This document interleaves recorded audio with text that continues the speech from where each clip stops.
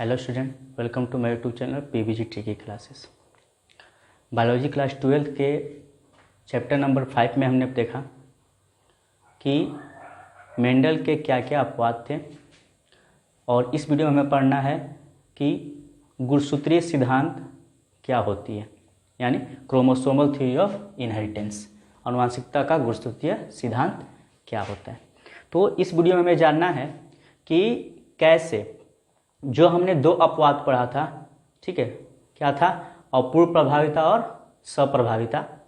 तो यहाँ हमें जानना है कि मेंडल की जो नियम थे, मतलब कि जो भी नियमावली उन्हें दी, प्रभाविता का दिया, पृथक्करण का दिया, ठीक है, और का स्वतंत्र अप्रोहण का नियम दिया। तो वहाँ उन्होंने एक चीज़ को लेकर कहा था कि कोई आनुवंशिक तत्व है जो जनकों से पीढ़ियों में जाता है किसी गुण को लेकर, ठीक है, जहाँ उन्होंने 7 विपरीत लक्षणों को दिखाया था, 7 विपरीत गुणों को दिखाया था। तो यहाँ हम पढ़ेंगे कि जिस तरह वहाँ एक जीन कार्य करता है किसी चीज़ को ढूंढने में, सेम उसी तरह यहाँ क्या काम करता है, क्रोमोसोम काम करता है। क्रोमोसोम का भी काम वही है कि गुणों को एक जगह से, मतलब कि जनकों से पीढ़ियों में ले जाना। तो इस गुणसूत्रीय सिद्धांत में बहुत सारे वैज्ञानिकों का हाथ था। जो जानना हमें ये है कि जो मेंडल का नियम था वो मेंडल के रहते हुए लागू नहीं हो पाया। तो उस मेंडल के नियम को लागू करने के लिए, ठीक है, मुख्य रूप से 3 साइंटिस्ट, सन 1900 में 3 साइंटिस्टों ने मिलकर उस नियम को पुनः लागू करवाया। तो चलिए आते देखते हैं कौन कौन से साइंटिस्ट इस आनुवंशिक, मतलब कि गुणसूत्रीय सिद्धांत में किन किन साइंटिस्टों का, किन किन वैज्ञानिकों का हाथ है, ठीक है, चलिए देखते हैं। तो यहाँ है कि पहले हम जानते हैं कि वाल्डेयर, ये वह साइंटिस्ट है जिन्होंने बताया कि जब मुख्य रूप से रॉबर्ट ब्राउन ने केंद्रक की खोज की, ठीक है, तो रॉबर्ट ब्राउन ने जब केंद्रक की खोज की, तो यहाँ देखना हमें कि रॉबर्ट ब्राउन जो है वो 1833 में केंद्रक की खोज की, वो भी किस पौधे में, आर्किड के जड़ों में। ये बात बहुत इंपॉर्टेंट है कि किस पौधों में खोज की थी, तो आर्किड एक पौधा होता है, उसकी जड़ों में उन्होंने केंद्रक की खोज की। तो जब केंद्रक की खोज की तो केंद्रक के अंदर बहुत सारे चीज़ें पाई जाती हैं, जैसे डीएनए पाया जाता है, आरएनए पाए जाते हैं, क्रोमोसोम पाए जाते हैं, क्रोमेटिन पाए जाते हैं, ठीक है, ये सब चीज़ पाए जाते हैं। तो यहाँ वाल्डेयर ने बताया केंद्रक में मौजूद जो गहरे रंग के सूत्र इकाइयाँ होती हैं, तो सूत्र इकाइयाँ क्या होती हैं, वो क्रोमोसोम, मतलब क्या कि वो धागे की तरह दिखती हैं, पतली पतली। तो उन्होंने बताया कि जो सूत्र वृत्त इकाइयाँ हैं वो क्या कहलाती हैं, गुणसूत्र कहलाती है। वाल्डेयर ने यह नाम दिया था, जो कई बार एग्जाम में पूछता है कि मुख्य रूप से केंद्रक के अंदर पाए जाने वाले धागे नुमा संरचना का गुणसूत्र नाम किसने दिया था, तो वाल्डेयर ने दिया था 1888 में। इसके बाद सन 1900 में 3 साइंटिस्टों ने मिलकर मेंडल के जो नियम थे, मतलब जो भी 3 नियम थे, प्रभाविता का नियम थे, पृथक्करण के नियम थे, स्वतंत्र अप्रोहण के नियम थे, उन तीनों नियमों को पुनः लागू किया 3 साइंटिस्ट ने, डी व्रीज, ठीक है, कोरेंस और सेनमार्क। ये 3 साइंटिस्ट थे जिन्होंने पुनः मेंडल के नियम को खोज किया। जब ये अपनी खोज को आगे तरफ ले जा रहे थे, जब अपनी खोज को आनुवंशिकता के अंतर्गत कर रहे थे, तो सारे नियम मेंडल के नियम तक आकर सीमित हो गए। तो उन्होंने मेंडल के नियम को पुनः लागू किया। तो ये तीनों साइंटिस्ट ने सन 1900 में मेंडल के नियमों को पुनः खोज की, लागू की। इसके बाद आते हैं सबसे इंपॉर्टेंट, जिसको हमें जानना है इस आनुवंशिक का गुणसूत्रीय सिद्धांत के अंतर्गत, वो साइंटिस्ट है सटन और बावेरी। कौन कौन है, सटन और बावेरी, जिन्होंने 1902 ईस्वी में, ये भी इम्पोर्टेंट है, जो यहाँ में पूछता है कि आनुवंशिकता का गुणसूत्रीय सिद्धांत सटन बावेरी ने किस ईस्वी में दिया, तो 1902 में। तो ये कथित रूप में इन्होंने दिया, इन्होंने कथित रूप में कहा कि जिस प्रकार कोई भी आनुवंशिक गुण जनकों द्वारा, कारक या जीन द्वारा ढोई जाती है, उसी तरह गुणसूत्र भी जनकों द्वारा पीढ़ियों में, F1 जनरेशन में, उसी तरह गुणसूत्र भी ढोने का काम करते हैं। यह कथन था किसका, सटन और बावेरी का। तो याद रखना है कि आनुवंशिक का गुणसूत्रीय सिद्धांत कथित रूप में किसने दिया था, सटन और बावेरी ने। और इनका कथन क्या था, तो कथन भी याद रखना, कभी एग्जाम में पूछता है कि आनुवंशिकता का गुणसूत्रीय सिद्धांत का कथन क्या था। सटन बावेरी का कथन यह था कि इस सिद्धांत के अनुसार आनुवंशिक गुणों की इकाई जो कारक या जीन कहलाती है। कारक किसने कहा, यह भी क्वेश्चन आपको बताया गया पिछले वीडियो में कि कारक कोरेंस ने दिया, कारक नाम कोरेंस ने दिया, जबकि आनुवांशिक जो तत्व है वो बताए थे मेंडल ने, क्योंकि मेंडल से ये पता नहीं था कि वो है क्या, तो उन्होंने बताया कि वो आनुवांशिक तत्व है जो जनकों से पीढ़ियों में किसी गुण को ढूंढता है, जबकि कोरेंस ने बताया कि वो है क्या, तो कारक है। तो यहाँ कारक अथवा जीन के द्वारा किस विभाजन में, तो जब हम पढ़ेंगे कोशिका विभाजन 11th चैप्टर जब हम पढ़ेंगे 11th क्लास के, ठीक है, जब हम पढ़ेंगे सेल डिवीजन मतलब कोशिका विभाजन, वहां हमें पढ़ना होगा माइटोसिस और मियोसिस के बारे में। तो वहां हमें जानना होगा असूत्री विभाजन जिसको हम बोलते हैं मियोसिस के दौरान गुणों का एक पीढ़ी से दूसरे पीढ़ी में जो स्थानांतरित होती है, वही कार्य जो कारक और जीन करते हैं वही कार्य सेम पैरेलल मतलब एक समांतर कार्य कौन करता है, गुणसूत्र करता है, क्रोमोसोम करता है। यह कथन था सटन और बावेरी का कि जिस तरह जीन और कारक मिलकर काम करते हैं असूत्री विभाजन के समय, मतलब जीन का काम जो या कारक का जो काम है कि जनक से पीढ़ियों में किसी गुण को ढोना ले जाना, उसी तरह क्रोमोसोम यानी गुणसूत्र का भी काम है कि किसी भी जनक से मुख्य रूप से पीढ़ियों में किसी गुण को ले जाना। यह कथन था सटन और बावेरी का। इसके बाद अगले साइंटिस्ट जो थे जिनका नाम जोहानसन, बहुत इंपॉर्टेंट ये पॉइंट है। जोहानसन कौन थे? जो जोहानसन वो व्यक्ति थे जिन्होंने सबसे पहले उस जीन का या मुख्य रूप से जो कारक है उसको जीन नाम से जाना, जीन नाम से बताया कि वो जो कारक है उसको जीन नाम दिया, किसने? जोहानसन ने। तो याद रखना है कि जोहानसन ने कारक की जगह जीन शब्द का प्रयोग किया। तो जीन शब्द का सबसे पहले प्रयोग किसने किया? तो जोहानसन ने किया। यह बात याद रखनी है, ठीक। इसके बाद आता है कि जो सटन बावेरी का जो कथित रूप से जो थ्योरी थी कहने की कि आनुवंशिकता का गुणसूत्रीय सिद्धांत मुख्य रूप से मेंडल के द्वितीय सिद्धांत पर लागू होती है, जिस तरह वो जीन और कारक कार्य करते उस तरह गुणसूत्र कार्य करता है। इसको प्रायोगिक रूप से मतलब क्या एक्सपेरिमेंटल प्रूफ किया था टीएच मॉर्गन ने। किसने प्रयोग किया था? टीएच मॉर्गन ने। यह भी याद रखना है कि 1933 में टीएच मॉर्गन ने आनुवंशिकता का गुणसूत्रीय सिद्धांत को प्रायोगिक रूप से मतलब क्या एक्सपेरिमेंटल प्रूफ किया था। एक्सपेरिमेंट के थ्रू उन्होंने प्रूफ किया था। वहां उन्होंने अपने एक्सपेरिमेंट में क्या किया कि एक फ्रूट फ्लाई को लिया, इसका बायोलॉजिकल नेम होता है ड्रोसोफिला मैग्नोगेस्टर। तो मतलब कि जो ड्रोसोफिला मैग्नोगेस्टर है वो फ्रूट फ्लाई को लेने का कारण ये था कि जिस तरह मेंडल ने अपने प्रयोग में पी प्लांट को चयन किया उसी तरह इन्होंने फ्रूट फ्लाई को चयन किया। तो पहला एनिमल किंगडम से किसी भी एक मुख्य रूप से जीव को लिया और यहां पर उन्होंने बताया कि कैसे ये जो आनुवंशिक गुणसूत्रीय सिद्धांत है वो हो रही है, ठीक है। तो इस चीज को डिटेल हमको पढ़ना अगले वीडियो में, जहां हम पढ़ेंगे रिकॉम्बिनेशन और लिंकेज यानी मुख्य रूप से संलग्नता और पुनर्योजन में। तो वहां हम जानेंगे टीएच मॉर्गन ने किस आधार पर और किस तरह ड्रोसोफिला या फ्रूट फ्लाई के ऊपर अध्ययन कर उन सारी चीजों को दिया। तो यहां जानना है कि टीएच मॉर्गन सटन और बावेरी की दी हुई थ्योरी से बहुत ज्यादा रिलेटेड थे और उनकी थ्योरी पर दी जाने के बाद उन्होंने प्रायोगिक रूप से एक्सपेरिमेंटल प्रूफ उसको किया। इसके बाद अगले जो साइंटिस्ट थे वो थे हाफमिस्टर। हाफमिस्टर ने बताया कि केंद्रक में तंतुओं को देखा। सबसे पहले केंद्रक में मौजूद तंतु, हमने पहले बताया कि धागे में जो संरचना होगी वो तंतुएं कहलाएंगी। तो केंद्रक में मौजूद तंतुओं को देखा और इसी तंतुओं को नाम किसने दिया? वाल्डेयर ने। और किसके नाम से बोला? गुणसूत्र के नाम से। यह बात याद रखना है कि हाफमिस्टर ने केंद्रक में मौजूद तंतुओं को, जो धागे नुमा तंतुआ हैं, उन तंतुओं, जैसे मान लीजिए कि एक सेल है, ठीक है, कोशिका है और बीच में एक केंद्रक पाए जा रहे हैं।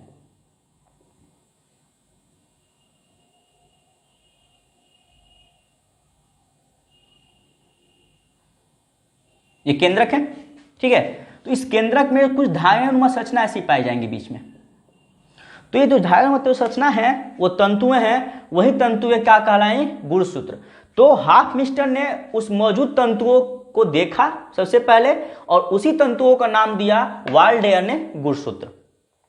अब बात आती है अगले कि स्ट्रॉसबर्गर क्या थे। तो स्ट्रॉसबर्गर ने बताया कि केंद्रक या मुख्य रूप से जानिए कि किसी भी कोशिका में मौजूद, तो अगर उस कोशिका का निर्माण होना है तो उसमें मौजूद पहले से जो कोशिकाएं होंगी या कोशिकांग होंगे, ठीक है, तो उसी कोशिकांग के द्वारा अन्य कोशिकांगों का निर्माण होगा जो उनसे मिलते जुलते होंगे। मतलब ये कि केंद्रक का निर्माण पूर्व उपस्थित केंद्रक से ही होगा।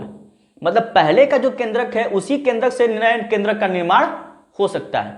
यह बताया था स्ट्रॉस बर्गर ने, ये 1873 में।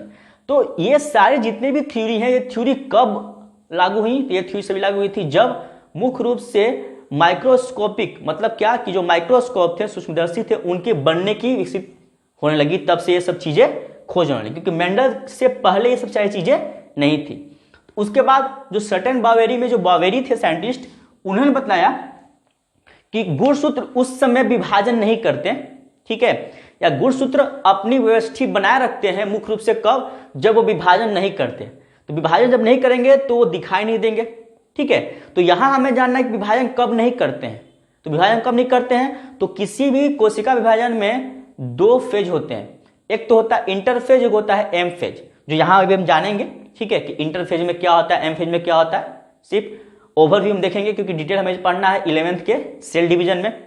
तो यहां बावेरी ने बताया कि गुणसूत्र उस समय अपनी व्यवस्थित, मतलब क्या, अपनी पहचान, अपने गुण को बनाए रखता है जब वो दिखाई नहीं देता। तो कब नहीं दिखाई देता है? जब वो कोशिका विभाजन नहीं करेगा, कोशिका विभाजन में भाग नहीं लेगा, तो वो दिखाई नहीं देता है, ठीक है। तो ये बताया बावेरी ने 1889 में। तो ये कुछ साइंटिस्टों के नाम हैं जो मुख्य रूप से इनसे मिलते जुलते रिलेटेड हैं, इससे टॉपिक से, जो आपको एग्जाम के व्यू से इंपॉर्टेंट है याद करने के लिए।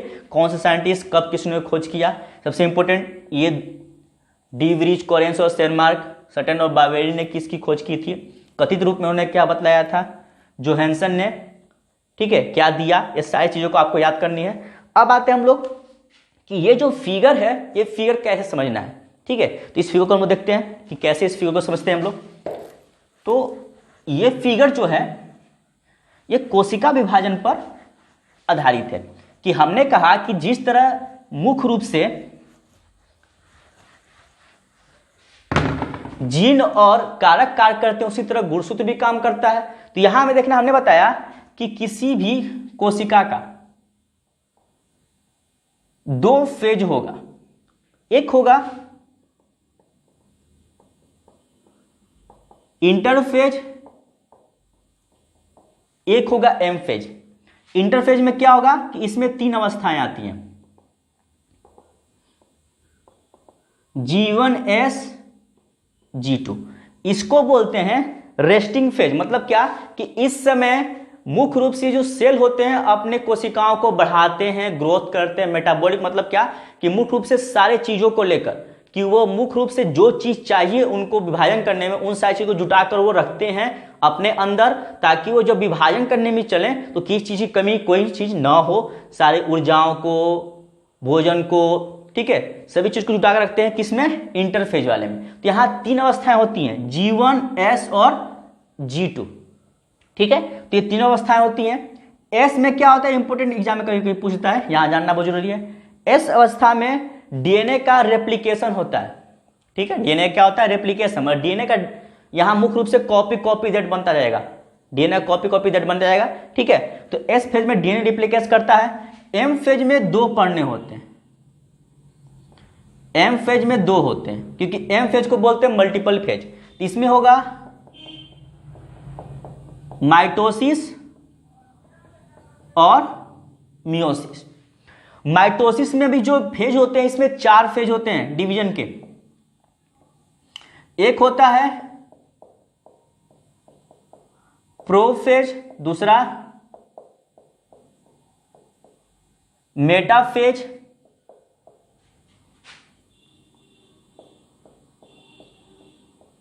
Anaphase, telophase. तो ये चार फेज होते हैं माइटोसिस में, मगर मियोसिस में दो होते हैं, मियोसिस 1, मियोसिस 2।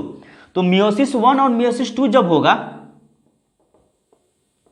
यानी मियोसिस 1 और मियोसिस 2, तो यहां भी चार अवस्थाएं हो जाएंगी। कौन सी?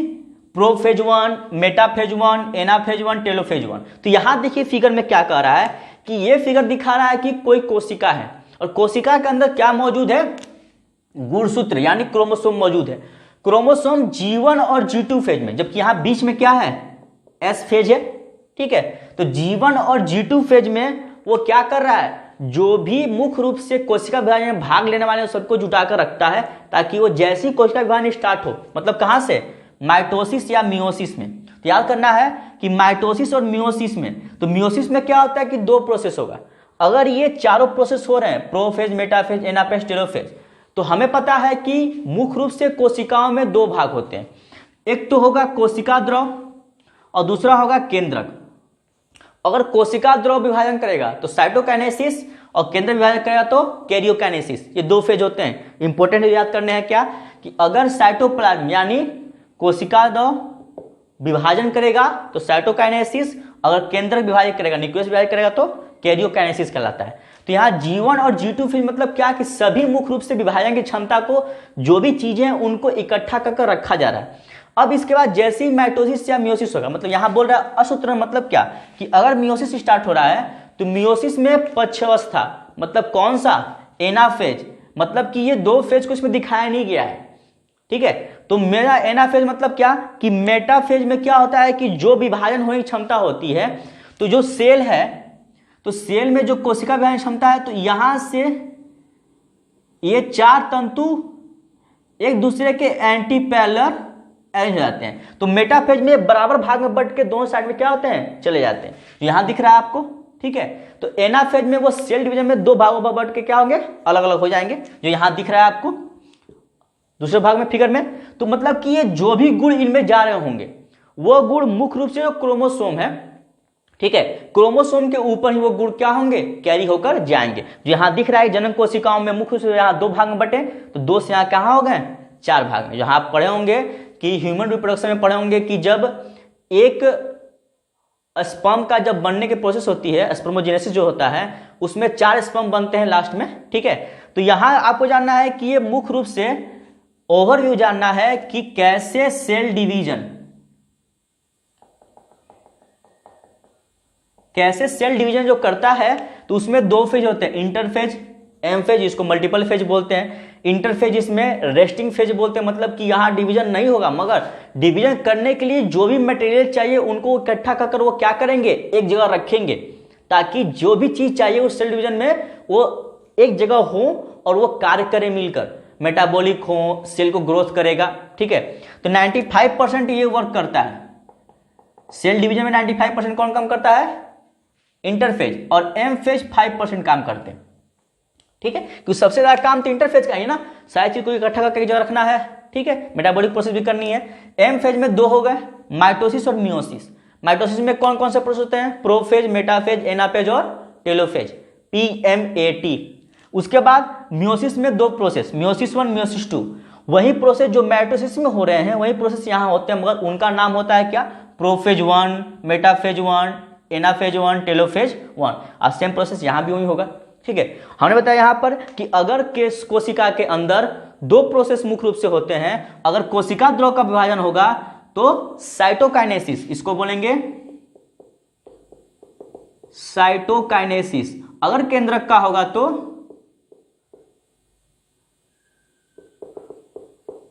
कैरियो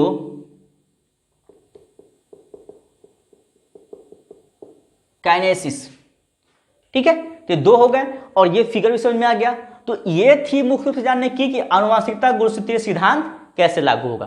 तो अब हम देखते हैं कि मेंडल से और इसके रिलेशन कैसे मिलते हैं, ठीक है। ये सारी चीज नोट्स में जाएंगे आपके, इंपॉर्टेंट है। इसके बाद हम देखते हैं आगे। तो मेंडल ने कहा कि अगर कोई जनक है और उस जनक से जब पीढ़ी में, जनक से पीढ़ी में, और ये पीढ़ी कौन है, F1 पीढ़ी में जो भी गुण आते हैं वह गुण या तो कारक के द्वारा आएंगे या तो जीन के द्वारा। यह बतलाया था किसने, मेंडल ने, जबकि जीन सब जोहानसन ने दिया, कारक कोरेंस ने दिया, और आनुवंशिकता तो मेंडल बताया था। तो यहां मेंडल बता दिया वही चीज जो ये दिखला रही है कि जो जनक द्वारा पीढ़ी में यानी F1 जनरेशन में जो भी आनुवंशिक गुण आ रहे हैं वो गुण गुणसूत्र द्वारा आते हैं। इसको किसने बताया, तो सटन व बॉवेरी ने कथित रूप से बताया, ठीक। कि जो जनक से F1 जनरेशन में गुणसूत्र आते हैं, मतलब कि अनुवांशिक गुण जो आते हैं जनक से F1 पीढ़ी में, वो गुणसूत्र द्वारा आती है। क्योंकि गुणसूत्र के ऊपर, मैंने बताया था पिछले वीडियो में कि गुणसूत्र के ऊपर डीएनए और डीएनए के ऊपर छोटा सा खंड होता है, इसको बोलते हैं जीन, जो अनुवांशिक इकाई को ढोने का काम करता है। इसलिए डीएनए को बोलते हैं अनुवांशिक पदार्थ और जीन को बोलते हैं अनुवांशिक इकाई। तो ये बात तो ज्यादातर पूछता है कि रिलेशन कैसे हो पाया, सिमिलरिटीज क्या हुई, रिलेशन क्या हुआ।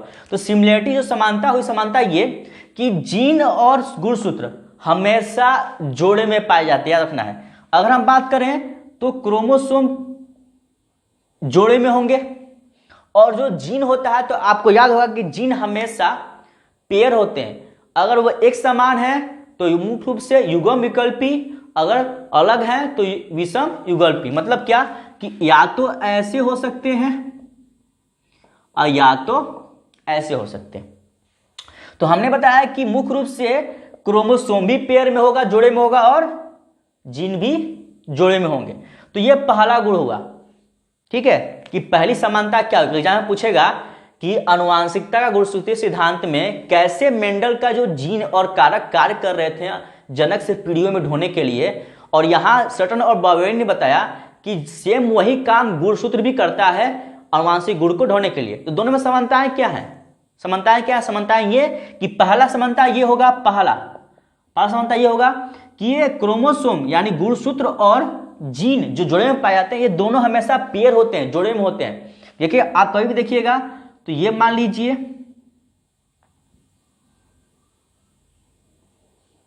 इस तरह होते हैं, और ये भाग यहां जीन दिखाने का काम करते हैं। तो हमेशा अगर इनको हम डिवीजन करें तो एक भाग ये हो गया और एक भाग ये हो गया, जोड़े में होंगे, ठीक है। दूसरा भाग ये कि जब ये कोशिका विभाजन में भाग लेंगे तो इनका एक पेयर ही क्या होगा, बाहर आएगा, एक पेयर ही बाहर आएगा। यहां पर हमने देखा था मेंडल के नियम में कि कैपिटल टी स्मॉल टी में एक पेयर ही बाहर आया था जो मिलकर ये बनाए थे। मतलब क्या, इनमें से एक ही गुण बाहर आया था। तो यहां मतलब कि एक ही मुख्य रूप से दो जोड़े में से एक जोड़ा ही भाग लेगा, किसमें, संलयन में यानी फ्यूजन में, फर्टिलाइजेशन में। तो यहां जब भाग लिया, दूसरा पॉइंट हुआ एक ही भाग वहां से निकल गया, और दोनों के मिलने के बाद पुनः वो क्या हो जाएंगे, एक अलग युग्म बन के दिखेंगे। यहां दिख रहा है अलग युग्म बन गया था। तो ये संकर पौधे कहलाए थे, जबकि ये प्योर प्लांट्स थे। एक था प्रभावी, एक था अप्रभावी।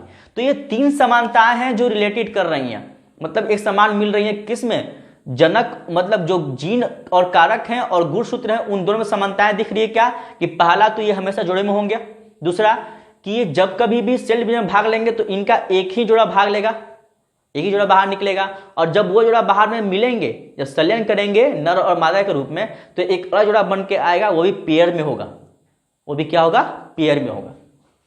तो ये बातें थी जानने की सटन बॉवेरी और मेंडल के मुख्य नियमों को कैसे रिलेटेड किया जाता है। तो इस वीडियो में यही जानना था कि अनुवांशिकता गुणसूत्रीय सिद्धांत कैसे कार्य करता है, किस थ्योरी पर दी गई, क्या कहलाता है ये। तो ये सारे पॉइंट जो समझने हैं आपको, याद करने हैं, और इसके बाद जो अगले वीडियो में मिलना है वहां जानना है कि कैसे